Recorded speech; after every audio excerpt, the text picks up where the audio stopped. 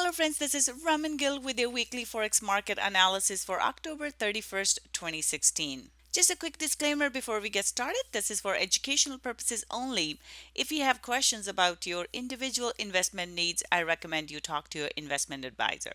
We'll start off by taking a look at our economic calendar, then we'll move into the commitment of traders data, and finally we'll take a look at the charts to see what kind of technical setups we may have available for this week. First off, looking at our economic calendar for the week here, Monday starts off on the quiet note with some medium news here. And then into the Asian session, this is when we start getting our major news. We have manufacturing PMI numbers out of China. And then, very important here, Australian dollar. We have cash rate and RBA rate statement. So, this is your interest rate for Australia. It's supposed to be held at the same here. They're not expecting a change in the interest rate. However, any kind of commentary from RBA could have market moving impact. And then we have Bank of Japan outlook report and policy rate, and following that, monetary policy statement. So another interest rate here. So two interest rate statements back to back. So that could create a lot of volatility in the market. And then Tuesday morning, at some point, we have Bank of Japan a press conference following the interest rate statement here. And then we have manufacturing PMI numbers for the British pound and GDP numbers for Canadian dollar. Both of these are very important. Into the US session, we have ISM manufacturing PMI numbers for the US.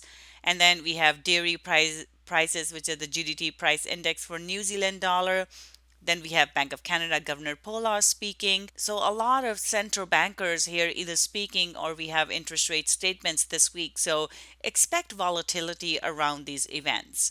We also have employment numbers for New Zealand into the Asian session, and further down, building permits and then inflation expectations for the New Zealand dollar here. So again, a very important data to keep in mind. Going into Wednesday, we have manufacturing PMI numbers, and then construction PMI number for the British pound. We have ADP non-farm employment change numbers for the US, and crude oil inventories. Very important here, another central bank statement and interest rate for the US dollar this time. As you can see, we have a lot of interest rate statement and central bankers speaking this week, so be mindful of that. Into the Asian session, we have trade balance for Australian dollar, which will be important for it. And then going into Thursday, we have services PMI number for British pound. And then we have interest rate statement and interest rate for British pound here. So another interest rate. At 8:30 a.m. Eastern, we have unemployment claims for the US. We also have ISM non-manufacturing PMI numbers for the US. So a lot of red news this week. We have RBA monetary policy statement at 8:30 p.m. in the Asian session, as well as retail sales. And then we also have Bank of Canada Governor Polar speaking. Into Friday, very important. In the US session here, we have non-farm employment change. This is usually a market moving event, so watch out for this one here. We also have unemployment numbers for the Canadian dollar. And then we finish the week off with MPC member Forbes and FOMC member Fisher speaking. As you can see, a lot of interest rate statements this week, so be mindful of that. Make sure you are careful if you have a trade on when the interest rate statements come out. Looking at the commitment of traders data here, we'll start off with the euro. Based on the numbers here, we see that the average money short positions have actually increased. So we have gone from 109 to 139. So this is bearish for the euro. Looking at pound US dollar here, we see that the short positions have actually decreased slightly. We have gone from 89,000 short position to approximately 84,000 short position. So this is actually a little bit positive for the British pound. Dollar CAD here, we see that the leveraged money positions have stayed relatively stable. We've gone from 20,000 short positions to about 18,000 short positions. There's a slight decrease in the short positions. So it is neutral for the Canadian dollar. Aussie US dollar here, we see that the long positions have actually gone up. So we have gone from 30,000 long positions to approximately 39,000 long positions. So this is bullish for the Australian dollar.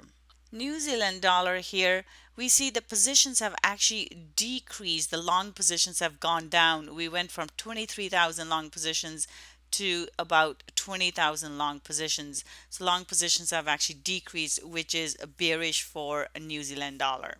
Let's move on to the charts now. We are looking at pound US dollar weekly chart. As you can see, for the last couple of weeks, the price has been trading in this range, and at this point price is still in the range, so we'll consider it a range bound market and trade it as such. Looking at the daily chart here as well, as you can see, all this time we have traded in this range. So at this point, if the price comes to the bottom of the range close to 2100, we are looking for a potential long entry, and if the price comes to the top of the range at 2330, we are looking for a potential short. Euro US dollar weekly chart here, we see a railroad tracks, which is a reversal pattern. Price did try to go to 108.50, but then got rejected, and now it has been pushed up. Based on the weekly candle close here, we are looking for a move to the upside. Here is our daily candle. This is Friday, with the news that came out with FBI actually reopening their investigation into the emails that were sent from Clinton. That has now created volatility in the market. With the US elections being so close, we have to be extra careful leading up to the US election with any of the US crosses that we are trading. So be mindful of the volatility, extra volatility in the market, not just from a lot of interest rate statements, but also from the US election coming so close. The daily candlestick here was very bullish, and now we may see a pullback into this pins right here, and if the price stays above a 109.50 level, we're looking for further move to the upside, and the first target is 110.50 level here. New Zealand US dollar weekly chart, the candle was very small for last week, and as a result we are neutral on this. Looking at the daily chart here, we did see price come and test the bottom at 7100 and then quickly got pushed up from there. At this point, it looks a little range bound. Price has stayed in this range for some time. So at this point, if the price does not break below 7105, then we are looking for a further push to the outside. The target here is 7250 to the upside. If the price does break through 7100, we are looking for price to come and test the bottom here or of 7050, this one right here, and if it breaks below that, we will look for the price to come and test the 69.50 level. So at this point, it is range bound. Aussie US dollar here, even more range bound than the New Zealand dollar.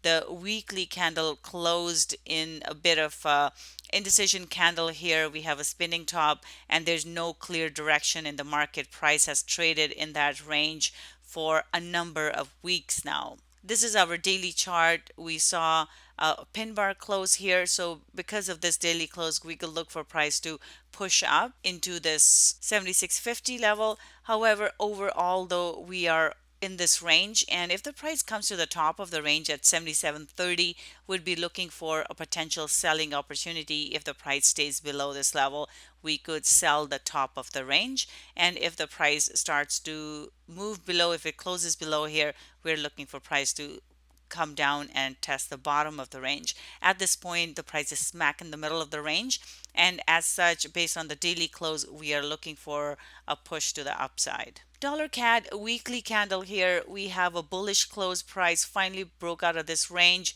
and then held above the range. As such, we are looking for a further move to the upside. Looking at our daily candle, as you can see, price broke through this 3400 level, and right now it's doing a back test of that. The next level we're watching is a 134.80 level, and this is where it's coming from. It's an important support and resistance level, so that will be 34.80 would be the next level would be targeting. And if the price goes through 134.80, then we are looking at 135.80 level, which is this support and resistance level over here. So at this point, we are bullish on dollar CAD. So that's it for now. If you would like to learn more profitable Forex trading strategies, I invite you to visit my website at tradingwithvenus.com/Forex course. In the course, I teach you about candlesticks and chart patterns, what to look for when you are reading market direction, how to identify your trade setups. We also look at fundamental analysis and what events are important and what impact they have on the market. I will share with you some of my most profitable trading strategies so you can learn them and apply them to the markets. We will also talk about trade management as well as risk management. I have tons of trade examples that you can go through and look for the best trade setups. As a bonus, you will get a pivot point indicator as well. The price for the course is $497, and you can go sign up for the course at tradingwithvenus.com/Forex course. That's it for now. I will see you next time.